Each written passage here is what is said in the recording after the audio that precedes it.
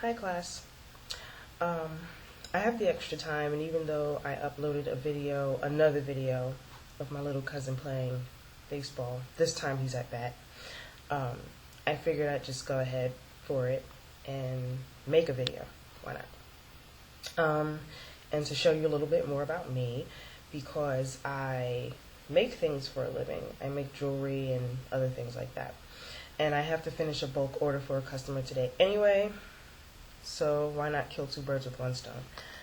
So today I'm going to show you how I make these little ribbon things called rosettes for this organization I belong to.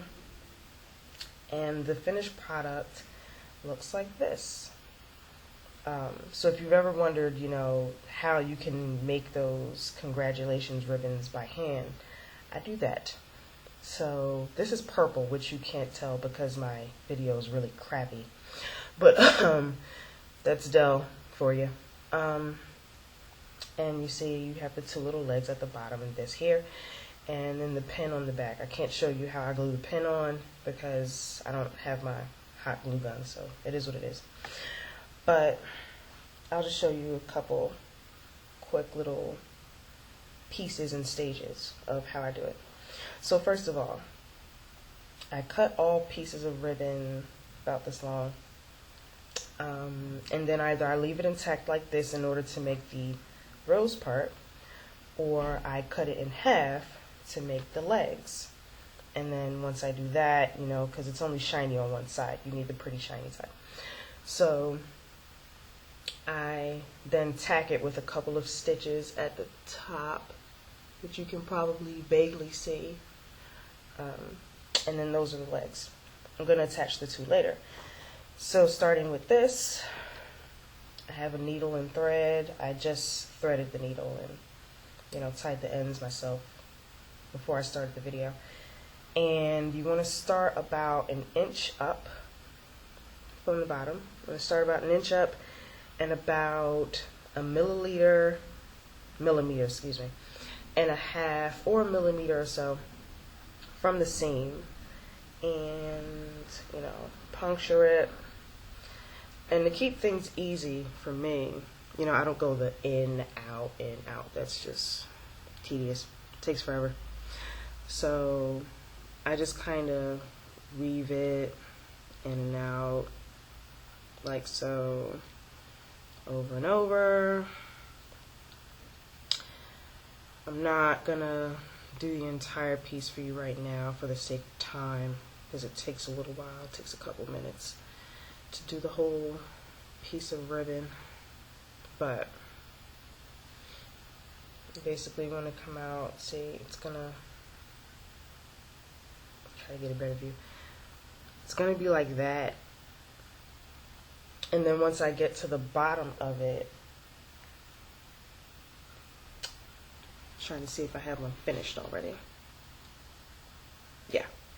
Once I get to the bottom of it, I basically tug the string like this, and you saw how it, pulls, how it shrinks, right?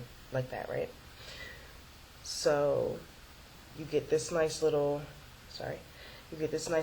tugged effect there. And the way it ends up looking, once I finish that whole pulling thing, is that it ends up looking like this. Yeah, that's a good shot. It ends up looking like this. The two little pieces flapping like that. And then I take it and I pinch the two ends together on the back. See, now you can see the rose forming, right? So I pinch the two pieces, the dull pieces in the back, which you can't see, sorry. Pinch the two pieces in the back like that. And I create a seam going down about there. So what that ends up looking like, and then after I create the seam there, I cut off the refuse at the bottom, at the back. So what it ends up looking like is like that. And if you have any little frayed pieces, you cut those off.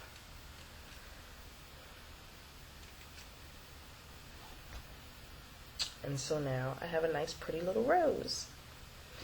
And then I take the legs piece like this, and I tack on the rose at the top. You see, it's going to look like that in the back. And I tack it on really carefully from the back in, so that in the end, you can't at all see the stitches in the front. You see all the stitch work in the back, but so what? You see. You see all the stitch work in the back, but who cares? Because I also end up, you know, gluing the little this to it, the pin part that pins on your shirt. It's supposed to be pinned right here. So, and then there you have it, a purple rosette, or a congratulations ribbon, whichever. So there.